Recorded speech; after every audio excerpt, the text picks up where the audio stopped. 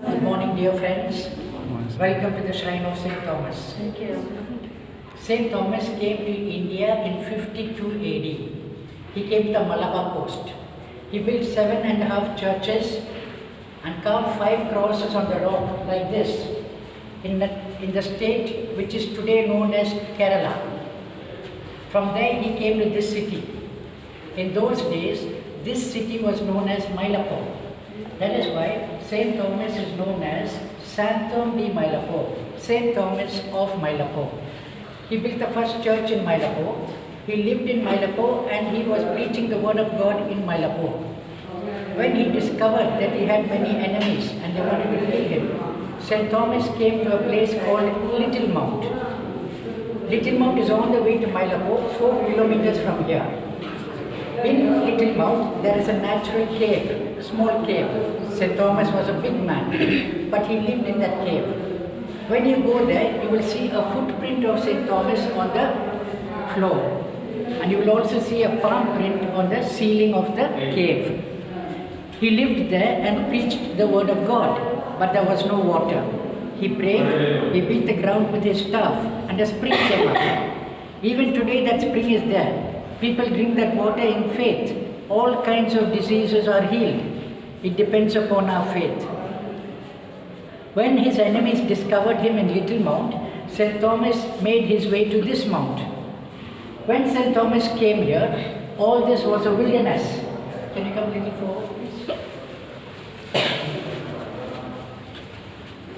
See that black cross there? That was carved by St. Thomas himself on a rock. That rock was lying at the foot of this cross. It was a natural rock in the earth. There was nothing here, only this rock. St. Thomas carved this cross and every day he would kneel and pray before the cross. The picture on the left shows us how one day while he was praying, the enemy killed him with a spear. St. Thomas fell on the rock, embraced the cross, shed his blood on the cross and died in 72 AD, 20 years after he came to India. His people, his followers, his disciples, they carried his body to Santhom Church, Mylapore and buried him in the church which he had built in Mylapore. They cut out the slab from the rock, removed the rock and built a small church. One of the local kings came and demolished that church. This rock was buried in the ruins for 1,500 years. For 1,500 years, there was no activity on this mount. In 1500, the Portuguese were trading with India. On one of their voyages, there was a storm at sea, but they could see this mount because it is 300 feet above sea level. Little Mount is 30 feet above sea level. So the Portuguese prayed, if they come to land safely, they would come to this mount and build a church on this mount. They came here and built this church in 1523. They named the church Our Lady of Expectation.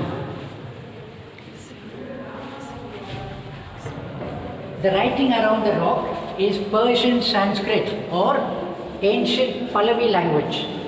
It says, Jesus Christ brought salvation to the world through the cross. Above the rock, there is a brass cross with a round glass case. In that is placed a piece of bone. That bone is taken from the same finger St. Thomas placed in the wounds of our Lord. To the right of the rock is the painting of Mother Mary. When Mother Mary died, St. Thomas was not in town. When he returned, he had the tomb opened because he wanted to see Mother Mary for the last time. When he opened the tomb, there was no body there. This is one of the proofs that we Catholics believe Mother Mary was taken body and soul into heaven. St. Thomas was very sad. St. Luke, one of the 4 Gospel writers, he was a doctor by profession. He was also an artist. He painted this picture for St. Thomas in 50 AD. When St. Thomas came to India in 52 AD, he brought the picture with him. Whenever he preached the word of God, he would hang this picture around his neck. It is known as the scapular of St. Thomas. From a distance, the picture seems to be quite nice. But when you go closer and see, you will find that it is very badly damaged. There are a lot of cracks in the picture. That is because the early Christians used to bury the picture. They were afraid that somebody would desecrate the picture or take away the picture.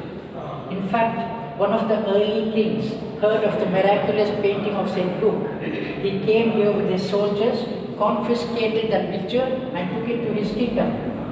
That night, his wife had a very bad dream. She was troubled, she was unwell. The next day she told her husband she had an apparition of Mother Mary telling her to send the painting back to the church. The next day, with due respect, that king sent this picture back to the church. So the early Christians used to bury it, take it up again when required, and again bury it. The tools, pickaxe and shovel, have damaged the picture. In 1500, the bishop got an artist to repaint the picture. That man was very proud. He thought he was a great artist. He could paint a better picture. Why should he repaint this old picture? He was laughing at the picture. Before he could begin the work, he became blind. Another artist tried, but the paint would not stick to the picture. It kept rolling off the picture. They understood this picture cannot be repainted. Today it is nearly 2000 years old, 27 years less than 2000. Painted in 50 AD. When the Portuguese were beginning to lay the foundations of this church, they discovered this rock.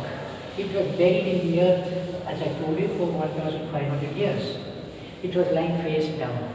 When they turned it over, they were surprised to find fresh blood on the cross. There was fresh blood in the earth under the cross.